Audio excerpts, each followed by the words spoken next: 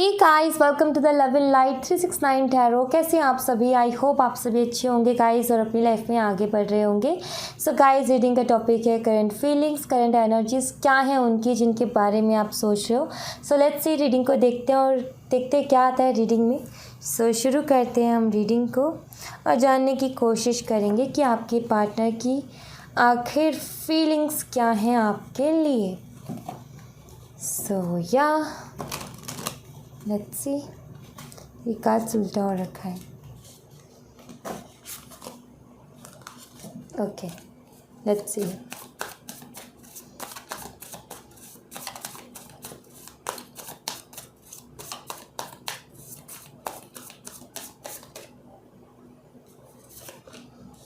Hierophant, king of pentacles, high priestess, ace of cups, hanged man, sorry judgement. Hanged man नहीं है, वो judgement का card है।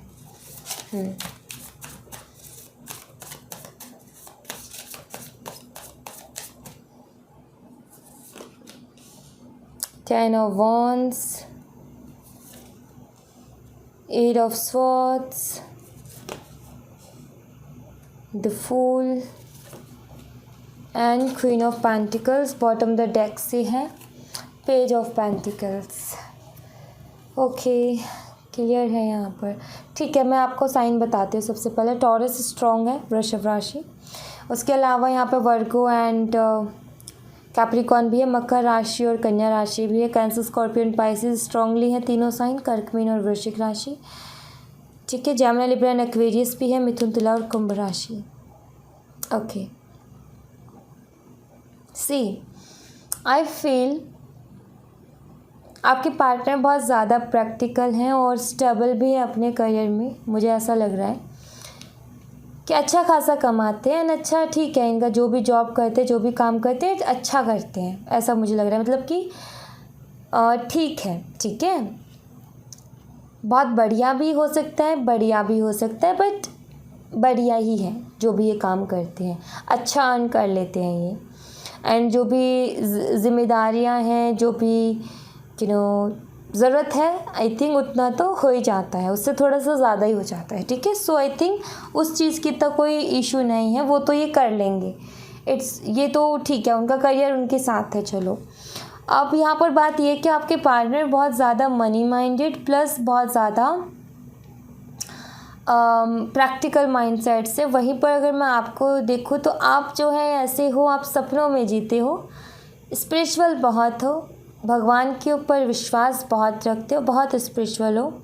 Spiritual चीज़ें आपको अट्रैक्ट करती है हमेशा, चाहे वो स्पिरिचुअल सॉन्ग हो जैसे कि भजन वगैरह, चाहे फिर वो स्पिरिचुअल जो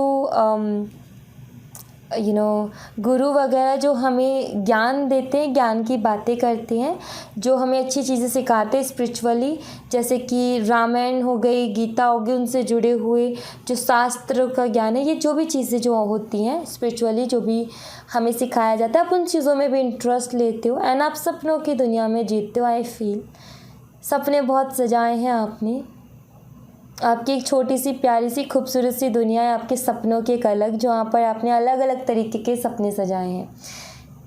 सो ये मुझे यहाँ पर ज़रूर दिखता है, आप सपनों में जीने वाले और आपके पार्टनर जो हैं माइंड से चलने वाले हैं, आप भावनाओं, दिलों से चलने वाले हो, प्योर फीलिंग्स है आपकी। मुझे बहुत अच्छी एनर्जी आपकी फ़ील हो रही है और आपके पार्टनर की थोड़ी सी चालाक एनर्जी फील हो रही है, बट ये मनी माइंडेड है, बिजनेस जैसा, बिजनेस करने वाले जो होते हैं ना वैसा माइंडेड रखते हैं।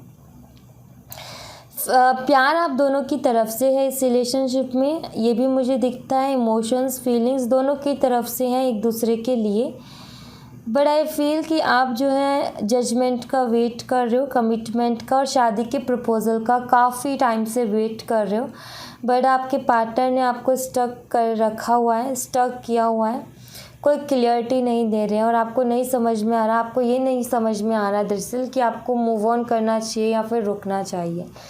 आपके पार्टनर किसी भी तरीके की कोई क्लियरिटी नहीं दे रहे हैं, कोई कमिटमेंट नहीं दे रहे, कोई स्टेबिलिटी की बात नहीं कर रहे हैं।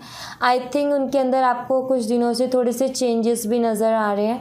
आपको लग रहा है कि आपके पार्टनर बदल रहे हैं, उनका बिहेवियर बदल रहा है, ऐसा भी आपको लग रहा है। सो इस वजह से आप थोड़े से परेशान हो, बट उसके बावजूद भी आपने सारी चीज़ें सरेंडर कर दी हैं। दरअसल ऐसा लग रहा है कि आपने बहुत कोशिश कर ली, अपनी तरफ से बहुत इंतज़ार कर लिया, ना तो अब इंतज़ार होता है और ना अब और कोशिश करने का मन करता है। आप भी परेशान हो गए, इसलिए आपने भगवान के ऊपर सरेंडर कर दिया कि जो होगा आप देखो। बट आप इनकी हस्बैंड या वाइफ बनना चाहते हो, आप इनसे शादी करना चाहते हो। अगर ये किंग पेंटिकल्स का है तो आप इनकी क्वीन पेंटिकल्स की क्वीन बनना चाहते हो, और अगर ये क्वीन पेंटिकल्स की है तो आप इनका किंग पेंटिकल्स का बनना चाहते हो। एक कंपैटिबिलिटी फील करते हो, शादी आप इन्हीं से करना चाहते हो। ये आपकी दिली ख्वाहिश है, आपको इनके साथ ज़िंदगी बितानी है, और बट आपको आपके पार्टनर की तरफ से क्लियरिटी नहीं है। ओके, आपके पार्टनर का इशू इनकी फैमिली है और कोई इशू नहीं है। मुझे तो यहाँ पर भी दिख रहा है कि आप जो बेबीज़ हैं वो भी इन्हीं से चाहते हो। क्यों, मैं बताऊँ? King of pentacles, queen of pentacles, bottom of the deck से page of pentacle, son of king of pentacles and queen of pentacles, page of pentacle. So I think आपने पूरी प्लानिंग की है, पूरे सपने बहुत देखे हैं, बट पता है ये चीज़ मुझे बहुत हर्ट करती है गाइस, यू नो, कि कोई इंसान बहुत सपने से जाता है और सामने वाला जो उसको स्टक करके रखता है, राइट, उसको वेट कराता रहता है कि तुम वेट करो, और हमें भी नहीं पता होता कि सामने वाला क्या कहेगा क्या नहीं कहेगा, उसकी तरफ से उस चीज़ के लिए क्या होगा। सो ये चीज़ मुझे भी बहुत हर्ट करती है काफ़ी टाइम। जब भी मैं रीडिंग्स, ऐसी वाली रीडिंग्स करती हूँ, तो मुझे बहुत हर्ट होता है ऐसी चीज़ें देख करके कि कोई इंसान तुम्हें पागलों की तरह चाह रहा है और तुम्हारा पागलों की तरह इंतज़ार कर रहा है, और तुम हो कि इस तरीके से करते। एक्चुअली ऐसा लग रहा है कि आपके पार्टनर जो है अपनी लाइफ में बहुत हैप्पी हैं, बट आप उतने हैप्पी नहीं हो। आपके पार्टनर को देख कर के आपको ये लगता है कि उनको तो कोई फ़र्क नहीं पड़ रहा, बट आई थिंक कि आप अंदर से धीरे धीरे करके डे बाय डे टूटते जा रहे हो, या आपको भी फील हो रहा है, बट आप बस स्ट्रांग बनने की कोशिश कर रहे हो। बट आई थिंक कि आपको लगता है कि आप अंदर से टूट रहे हो, आप स्ट्रांग बन रहे हो ताकि लोगों को पता ना चले कि अंदर क्या चल रहा है, और आपके पार्टनर जो है फैमिली के चक्कर में फंसे हुए हैं। ये मुझे यहाँ पर डेफिनेटली दिखता है, एंड मैं कुछ चीज़ें और देखना चाहूँगी।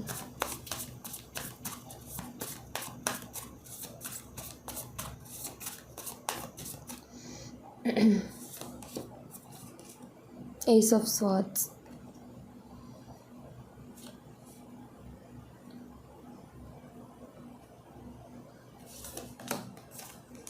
Eight of cups,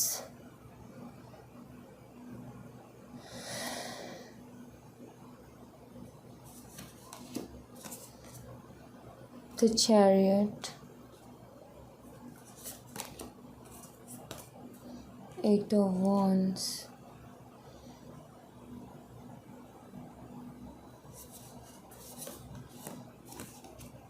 six of swords,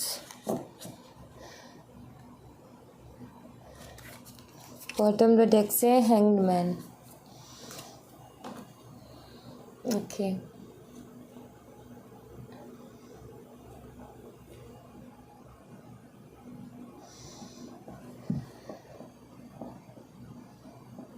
आपके पार्टनर को कुछ चीज़ों में क्लियरिटी नहीं है, ठीक है।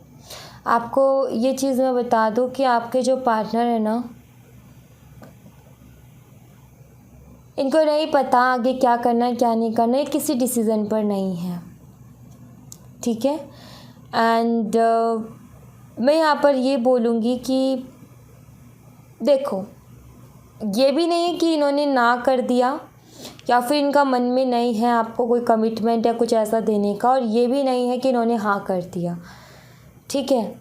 बट मैं आपको ये बोलूँगी कि आप यहाँ पर जो बिखर रहे हो ना डे बाय डे, प्लीज़ इस चीज़ से जितना हो सके अपने आप को दूर रखो, अपने आप को संभालो इस चीज़ से, ठीक है। दरअसल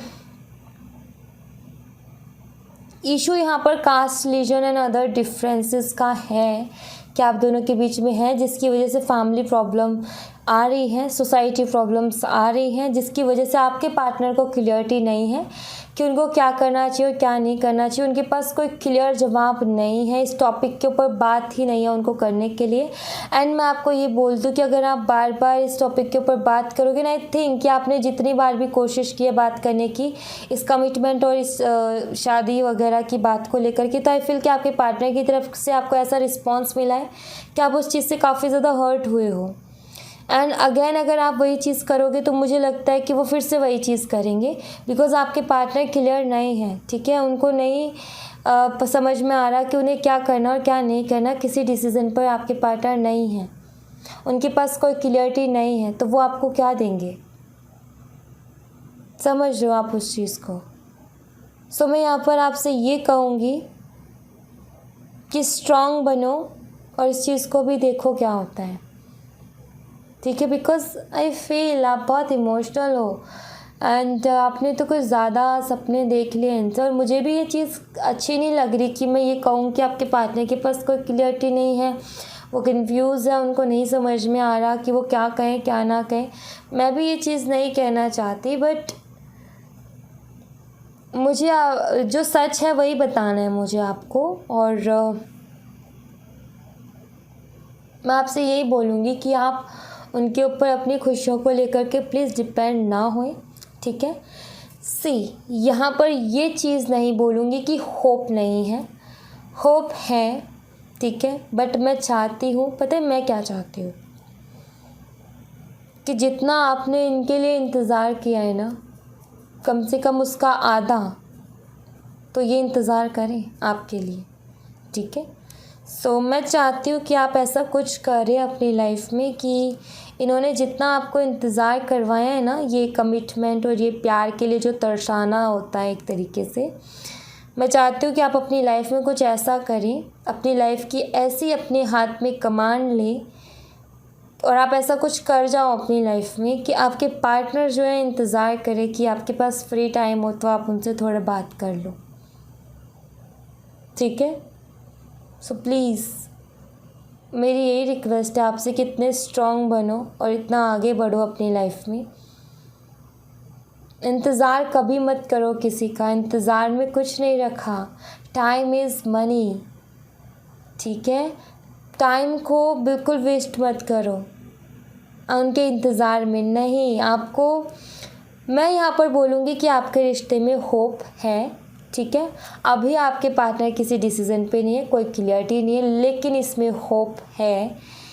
बट ऐसा भी नहीं बोलूँगी कि उस होप के भरोसे आप सिर्फ बैठे रहो। वो होप कब काम करेगी उसका कोई टाइम नहीं है। सो आप उतने टाइम तक अपना टाइम वेस्ट नहीं कर सकते हो। सो आप अपनी लाइफ पर फोकस करो, आप किसी के ऊपर डिपेंड मत हो। ऑलरेडी आप डिपेंड नहीं हो किसी के ऊपर, बट आई थिंक इमोशनली आप डिपेंड हो गए हो कि आप एक हो गया है मन में कि मुझे उसी से शादी करनी है, मैं उसी से प्यार करती हूँ या उसी से प्यार करता हूँ। सो प्लीज़ ऐसा मत अपने आप को बार बार मत कहो ये चीज़ें। आप ये कहो खुद से बार बार कि वो इंसान मुझसे प्यार करता है, मैं अपनी लाइफ में आगे बढ़ रही हूँ, वो कहीं नहीं जाएगा, वो मेरे पीछे आएगा। जो चीज़ आपकी है वो आपसे दूर जाकर के भी आपके पास आएगी, और जो चीज़ आपकी नहीं है वो पास होते हुए भी आपसे दूर चली जाएगी। इस लाइन के ऊपर, इन शब्दों के ऊपर जिसने भी बोले हैं, जिसने भी लिखे हैं, इनमें पावर्स है, इनके ऊपर बिलीव रखो एंड अपनी लाइफ में स्ट्रांगली आगे बढ़ो, ओके। प्लीज़ इस चीज़ को आप करो, इस चीज़ के ऊपर आप ध्यान दो। मैं आपसे पर्सनली यही चाहती हूँ। मैं आपका बुरा तो नहीं चाहती, राइट। मैं नहीं चाहती आपका बुरा। मैं तो यही चाहूँगी ना कि आप अपनी लाइफ में आगे बढ़ो, आप अपनी लाइफ में खुश रहो, राइट। सो मैं आपको क्यों कोई गलत सलाह दूँगी, ओके। गलत सलाह नहीं है ये। अब किसी को ये कहना कि तुम अपनी लाइफ में ग्रो करो, ये गलत सलाह होती है? कभी नहीं होती। आप अपनी लाइफ में ग्रो करो, ठीक है। अपने पार्टनर को उनके हाल पर छोड़ो, जो कर रहे हो उन्हें वो करने दो। उनकी अकल डेफिनेटली ठिकाने आएगी और वो वापस आएंगे। बट मैं ये बोलूँगी कि इतनी जल्दी हर चीज़ के वो एक्सेप्ट नहीं करना है। जितना इंतज़ार आपने किया है कम से कम उसका आधा इंतज़ार तो उन्हें करवाना ही करवाना है। That's it. ठीक है, एंड मैं अब यहाँ से आपके लिए कुछ कार्ड्स देखूँगी।